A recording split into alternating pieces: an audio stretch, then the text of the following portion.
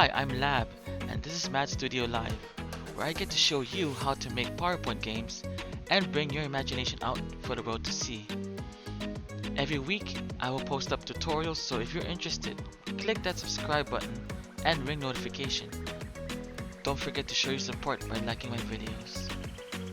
Today's topic is creating interactive games through PowerPoint. In this video, I will teach you the basic techniques to make your presentation more interactive. This will keep your audience awake and active throughout the presentation. Together, we will take baby steps before you can actually make your very own video game. The techniques I'm about to show you are for PC users and can also be used in the earlier versions of PowerPoint. Unfortunately, if you have a Mac, you'll be limited in customizing your game. But don't worry, there are some functions that you can use for Mac to make your interactive PowerPoint. So, let's begin. Okay, so what is interactive PowerPoint? Well, instead of presenting information, you get to interact with your audience. You can use PowerPoint as a game for mixers, icebreakers, or even just giving out a test. So one of the things I will teach you guys will be the basics of interactive PowerPoint using triggers. So let's go ahead and open up our PowerPoint. Go ahead and delete the subtitle text box. We don't need it anymore. So let's go ahead and type out a question on the title text box. Since I'm an artist, I'm going to ask the question, what is or what are the colors, the primary colors in art? I'm gonna make my text bold since it's a title. Use sans serif fonts, and I'm gonna go ahead and look for insert, look for word art, and drop any kind of word art design for your answers there. I will then type out my first answer.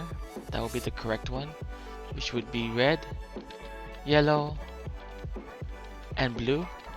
I will position it under the question.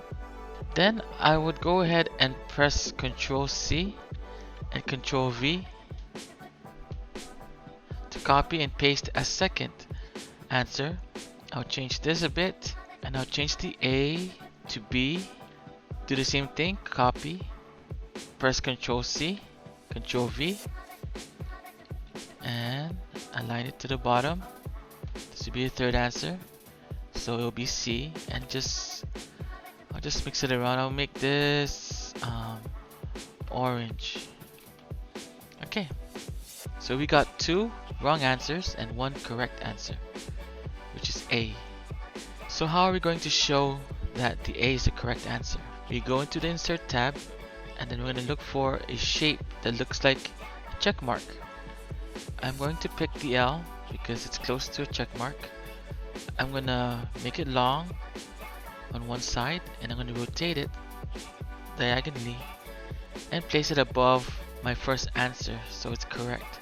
Then I'm going to go ahead and click the Format tab up here. You're going to make sure you click your object, so you can click the Format tab. And then I'm going to go look for green, because green means correct, right, or good. Then I'm going to go ahead and look for an X, which is a plus for me. These yellow circles will allow you to make it skinnier inside or make it thicker, whichever way you want it. I'm going to rotate it just a bit so it looks like an X. There you go. I'm going to place it over my wrong answer. Click my Format tab, and I'm going to click a red color to signify that it's wrong. So I'm going to go ahead and click Ctrl C and Ctrl V and place the second X to my second wrong answer. And there you go. I got 1 correct answer and 2 wrong answers. Now to make this work, we're going to make these clickable. So we're going to do triggers. But to make them clickable, we're going to make sure that these symbols are animated. So we're going to go ahead and go click the animation tab above here and pick any entrance animation. I'm just going to pick wipe. You can be creative. You can put wheel. It's up to you. Whatever you like. Then we're going to go ahead and click the animation pane. When you click this animation pane, a window from the right side will pop up. and you get to see your animations. So I got the L so far up here, and I got the cross 7.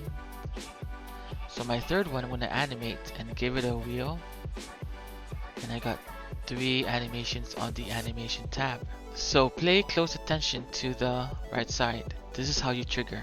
Click your first shape, click the drop box on the far right, look for timing, and in timing, look for triggers. In triggers, I want you to click start effect on click of, and look for that first answer, which is A. There it is. Then click OK. So then, if they click this answer, this check mark will pop up. You just triggered your L shape. Let's go do it for the second shape. Cross 7. Click the drop box. Timing. Look for triggers. Click start effect on click of. And look for the second answer, which is B. Click OK. And we got that triggered. And then we do the last one. Repeat the process. Triggers. Start effect on click of.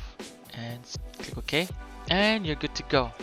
So, if they click any of these answers, the corresponding shapes will come out. Now, before we play the presentation, I want you guys to go to transitions, and I want you guys to unclick the on mouse click on the far right. So they are forced to answer the question within this slide. So now if I play the slideshow, they cannot click out. They're stuck. They have to answer the question. So, what are the primary colors in art? So let's say B. Oh, look, it's an X. So it's gotta be A. Oh, checkmark. So what makes this interactive is that it allows people to make decisions on which answer is correct. So if they click this, it's wrong, it comes out. If it's A, then it's correct. And that concludes my basic interactive PowerPoint lesson. So on my next video, I will show you guys how to hyperlink all your slides so that they can correspond to the next. So on your spare time, go ahead and practice making several questions. Make at least 10 questions in your PowerPoint, and then I will show you guys how to hyperlink.